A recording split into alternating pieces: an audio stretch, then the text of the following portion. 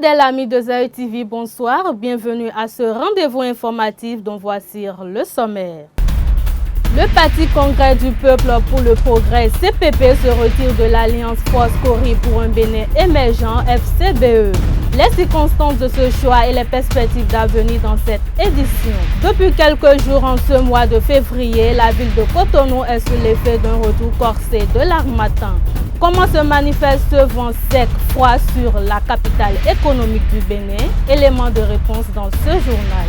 Les membres du réseau des organisations de la société civile pour le développement durable RODD sont désormais mieux aguerris pour faire face aux objectifs de développement durable. Le compte rendu de cet atelier dans un instant.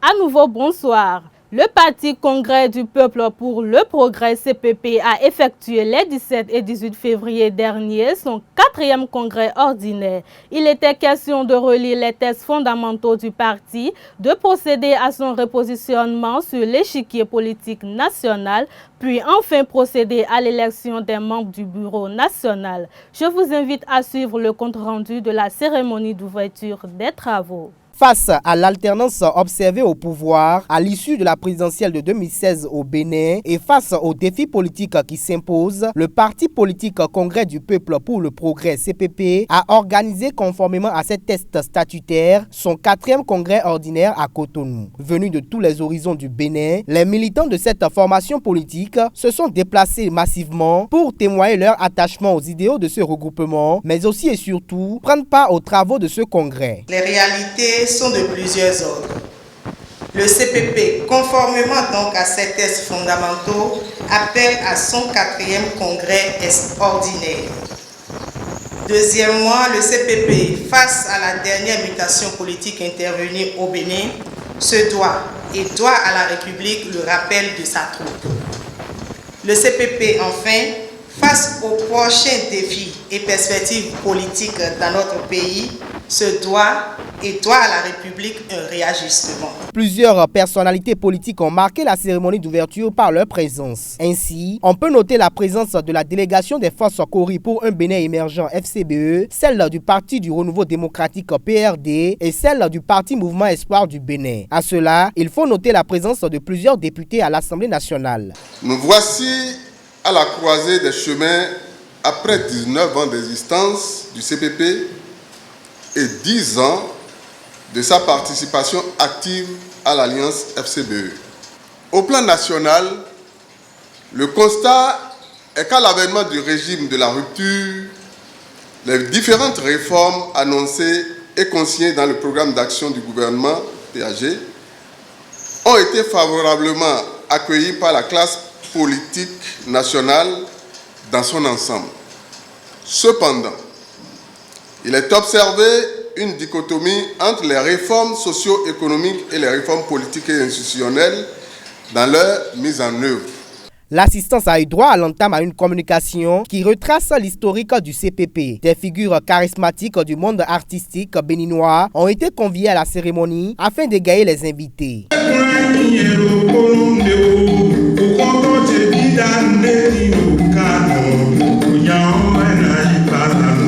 À en croire ses responsables, le CPP approuve la réforme du système partisan qui devrait aboutir à l'émergence de grands rassemblements. Les présentes assises permettront au bureau exécutif national sortant de rendre compte de ses activités durant son mandat, puis il sera question de procéder à la lecture des tests fondamentaux pour déboucher à l'élection des nouveaux organes dirigeants du CPP. Restons toujours au 4e congrès ordinaire du Congrès du Peuple pour le Progrès CPP. Suivons ensemble les résolutions issues des travaux de ce congrès avec le nouveau secrétaire général du parti suivi d'un extrait de la nouvelle présidente élue en personne de Christelle Hundongo. Respectant les engagements de l'Alliance Éveil à laquelle il faisait partie, le CPP a soutenu le candidat Boni Yahi au second tour des élections présidentielles de 2006.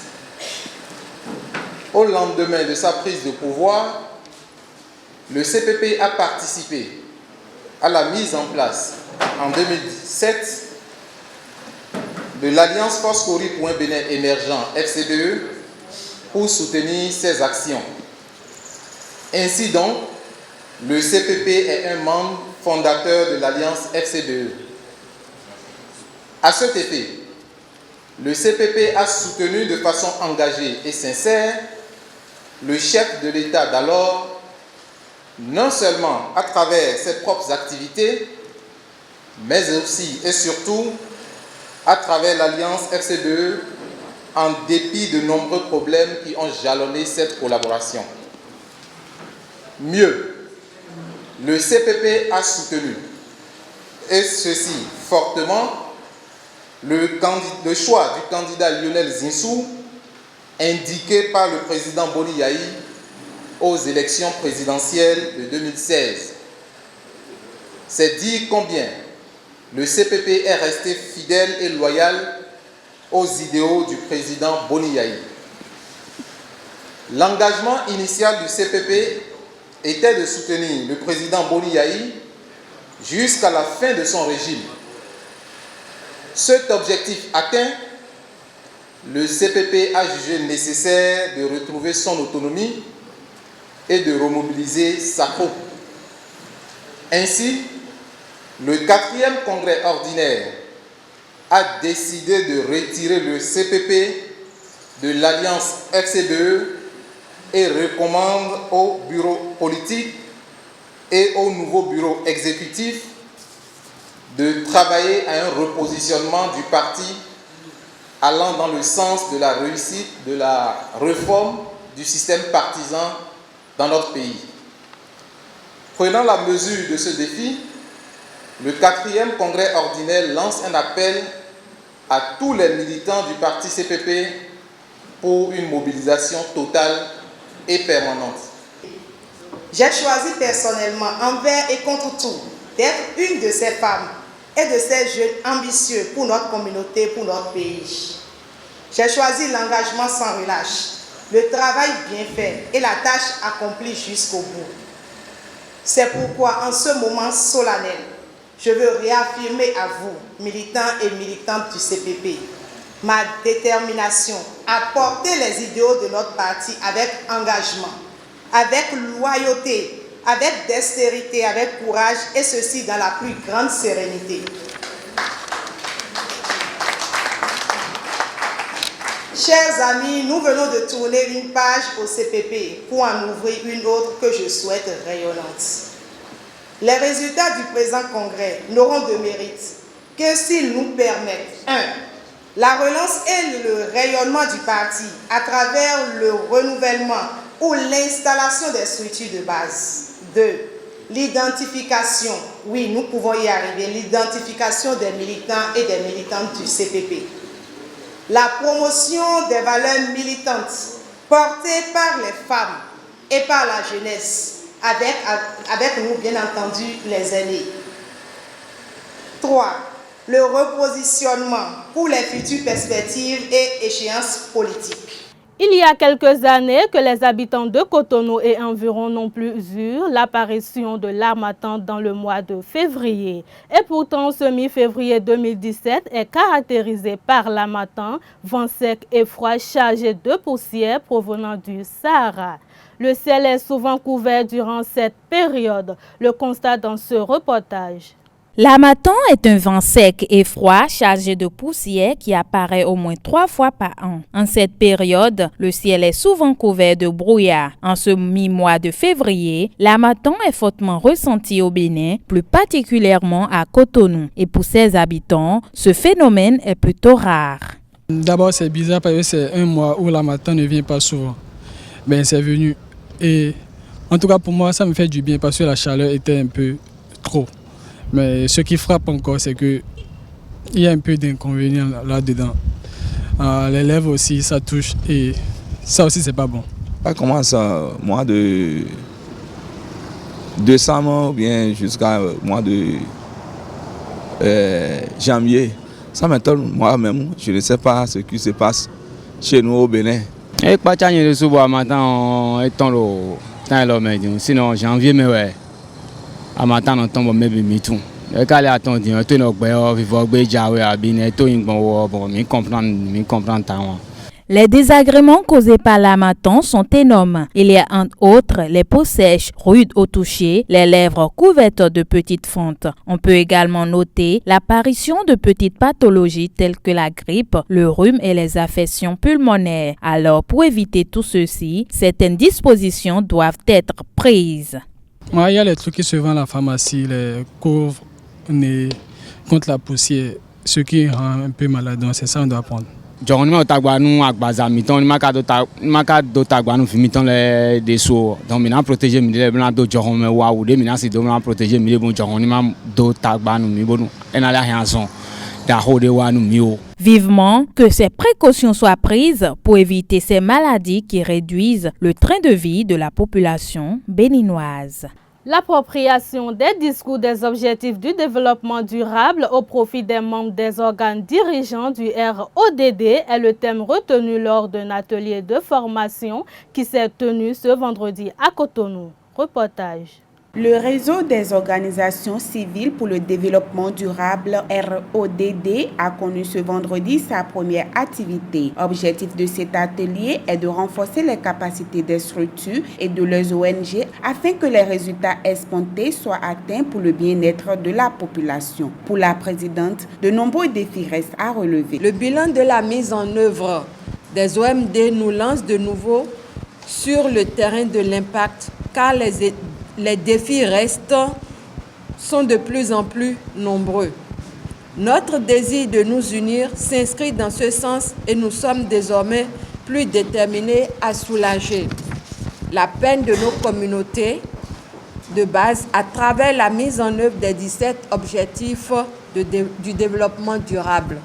Selon Charlemagne Tomavor, secrétaire général adjoint du CES, son institution dispose de mécanismes pouvant lui permettre d'apporter de l'expertise à toutes les initiatives favorables pour la mise en œuvre des objectifs du développement durable. Les questions de pauvreté, de sécurité alimentaire, de santé, d'emploi, les questions d'éducation de qualité, les questions d'égalité des sexes, d'accès à l'eau potable et à l'énergie, les questions relatives à la sécurité et à la préservation de l'environnement demeurent les défis importants pour la communauté nationale et internationale.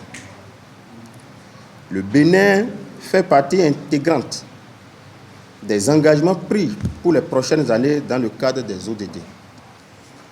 Ces préoccupations font partie intégrante des sujets qu'aborde quotidiennement le CES.